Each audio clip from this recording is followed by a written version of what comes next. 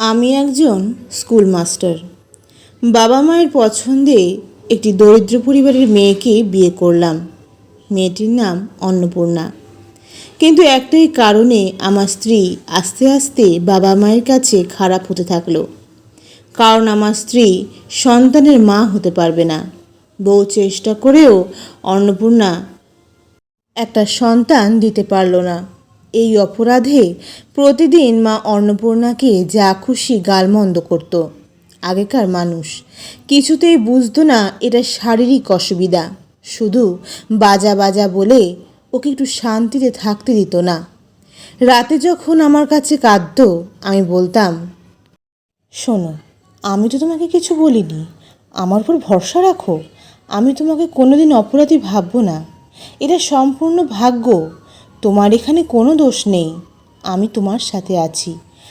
অন্নপূর্ণা, তোমার ভালোবাসা আমার কাছে অনেক, তোমার উপর আমার কোনো অভিযোগ নেই। বাবা ও মা যা বলছে বলুক, তুমি কোনো উত্তর করবে না, যা বলার আমি বলবো। আর সত্যি অন্নপূর্ণা কোনো কথার উত্তর দিত না। একদিন আমি স্কুল থেকে বাড়ি ফিরছি, দেখছি অন্নপূর্ণা ভীষণ কাঁদছে। আমি জিজ্ঞাসা করলাম, কি হয়েছে, কাঁদছো কেন? তোমার বাবা ও মা বলেছে আমাকে বাপের বাড়ি চলে যেতে।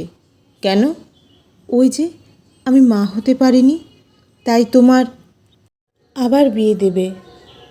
আমি মাকে বললাম, মা, এটা অন্যায় বলছো। অন্নপূর্ণা আমার স্ত্রী, ওকে দেখে রাখার দায়িত্ব আমার। মা চিৎকার করে বলে উঠল, তাই তো, তবে তুই ওকে নিয়ে থাক, বাবা ডাক তোরা শুনতে হবে না। আমি বললাম, কি হয়েছে তাতে? আচ্ছা, অনাথ আশ্রম থেকে একটি বাচ্চা নিয়ে আসি, তবে হবে? বড় হয়ে আমাকে বাবা ডাকবে আর আমার অন্নপূর্ণাকে মা ডাকবে?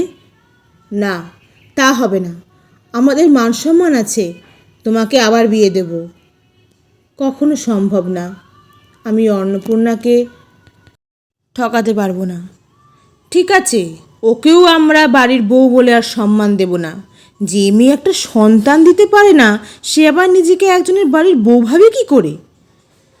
আমি আমার মাকে খুব শ্রদ্ধা করতাম, তবুও বাধ্য হলাম বলতে, আমার বউ আর আমি আর তোমাদের বাড়িতে থাকবো না, অন্নপূর্ণাকে নিয়ে ভাড়া বাড়ি থাকবো। হ্যাঁ, তাই থাক, আমরা ওর মুখ দেখতে চাই না।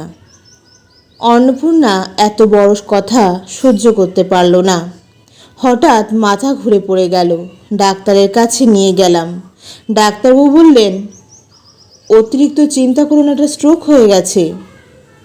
তখনকার মতন সুস্থ করে বাড়িতে আনলাম। অন্নপূর্ণা আমার হাত ধরে বলল, আমাকে হসপিটালে দেবেন না, যে কটা দিন বাঁচবো ওষুধ খাবো আর আপনার কাছে থাকবো। আমি বললাম, এই বাড়িতে আমরা আর থাকবো না। কিন্তু অন্নপূর্ণা বলল, তুমি আমার জন্য তোমার বাবা মাকে কষ্ট দেবে? ওনাদের বয়স হয়েছে, আমরা ছাড়া কে আছে? রাতে হঠাৎ কেউ অসুস্থ হলে তখন কি হবে? আমার কথা শোনার ভাগ্য, তাই আপনি দুঃখ পাবেন না। আপনার মতন স্বামী যেন প্রতিটি মেয়ে পায়। চুপ করো, তুমিও আমার লক্ষ্মী বউ, খুব ভালো, ভাগ্য করে তোমাকে পেয়েছি। আমাকে বলল, সবসময় ভালো থাকবেন, বাবা মাকে দেখবেন, নিজের খেয়াল রাখবেন। আমি বললাম, এসব কথা বলছো কেন? এমনি, আপনাকে খুব ভালোবাসি তো তাই। সেদিন ছিল বৃহস্পতিবার। আমি স্কুলে গেলাম। হঠাৎ কিছুক্ষণ পর বাবা ফোন করে আমাকে বাড়িতে আসতে বলল। আমি বাড়ি এসে দেখি অনেক লোকজন। আমি দৌড়ে ঘরে ঢুকলাম।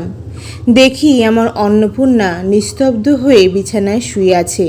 আমি পাগলের মতন চিৎকার করে ডাকতে থাকলাম। অন্নপূর্ণা সাড়া দিল না, শুধু আমার বালিশটা ধরে ঘুমিয়ে আছে, শেষ ঘুম। আজ আর কেউ নেই যাকে বাবা মা সবসময় গালমন্দ করবে। ওর বাপের বাড়ি খবর দিলাম, ডাক্তার ডাকলাম। ডাক্তার এসে বলল, অনেকক্ষণ হয়েছে আপনার স্ত্রী প্রাণত্যাগ করেছেন। তারপর সব কাজ শেষ করে আমি একা হয়ে গেলাম। আমাকে সময় দেওয়ার মতন আর কেউ নেই। অনেক কাঁদলাম, কিন্তু কোনো লাভ হলো না। স্কুল যাই, কাজ করি, বাড়ি আসি, কারো সাথে কথা বলি না। বাবা মা আমাকে বলল, আমরা আজ বুঝতে পারছি অন্নপূর্ণার অভাব। কেউ আর ভাত দিয়ে খেতে ডাকছে না। অনেক অন্যায় করেছি শুধু তোকে বাবা ডাক শোনানোর জন্য।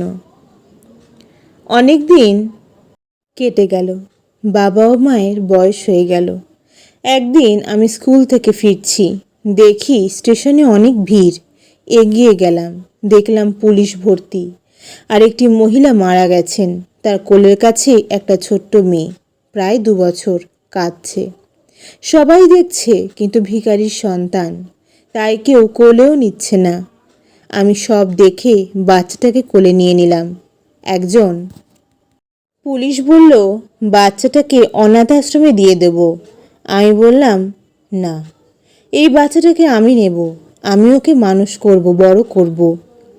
আমার কথাতে ভরসা করে বাচ্চাটিকে আমাকে দিয়ে দিল আর বলল, কালকে থানায় এসে আপনার নাম ঠিকানা দিয়ে যাবেন। আমি বললাম, এখনই যাব, চলুন। থানায় সব লিখে বাচ্চাটাকে নিয়ে বাড়িতে ফিরলাম আর মহিলার সৎ কাজের জন্য কিছু খরচা দিয়ে আসলাম। বাড়িতে বাবা ও মা দেখে অবাক। এই বাচ্চাটা কার? আমার। কোথায় পেলি? স্টেশনে। আজ থেকে এই মেয়েটাই আমার মেয়ে আর আমি ওর বাবা। বাচ্চাটার জন্য একজন আয়া রাখলাম আর নাম দিলাম লক্ষ্মী। দেখতে দেখতে মেয়ে বড় হয়ে গেল আর বাবা ও মা লক্ষ্মীর প্রিয় হয়ে গেল। আর আমাকে যখন বাবা ডাকতো তখন আমার অন্নপূর্ণার কথা মনে পড়তো। যদি আজ অন্নপূর্ণা থাকতো তবে কত খুশি হতো। আমি আমার মাকে ও বাবাকে বললাম, আজ আমি বাবা ডাক শুনতে পাচ্ছি, কিন্তু দুঃখ একটাই যে আমার অন্নপূর্ণা দেখতে পারল না। তারপর লক্ষ্মীকে অন্নপূর্ণার ফটোর সামনে নিয়ে গিয়ে বললাম, এই দেখো লক্ষ্মী, তোমার মা। লক্ষ্মী বলল, মা কোথায় বাবা?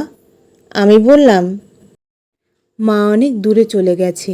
যেদিন আমাকে ডাকবে আমিও তোমার মার কাছে চলে যাব। আমি যাব না বাবা? না, তোমার এখন অনেক কাজ বাকি আছে। আজ সত্যি আমি একজন বাবা, আমার লক্ষ্মীর বাবা। বন্ধুরা, একজন মহিলার মা ডাক শোনা সব থেকে আনন্দের, কিন্তু তা যদি সম্ভব না হয় তখন তার কিছু করার থাকে না। অহেতুক তাকে ধিক্কার দেবেন না। ধন্যবাদ। গল্প রচনা শ্রীমতী নন্দিতা দাস, কণ্ঠ রিজা দাস। জয় তারা, জয় বাম।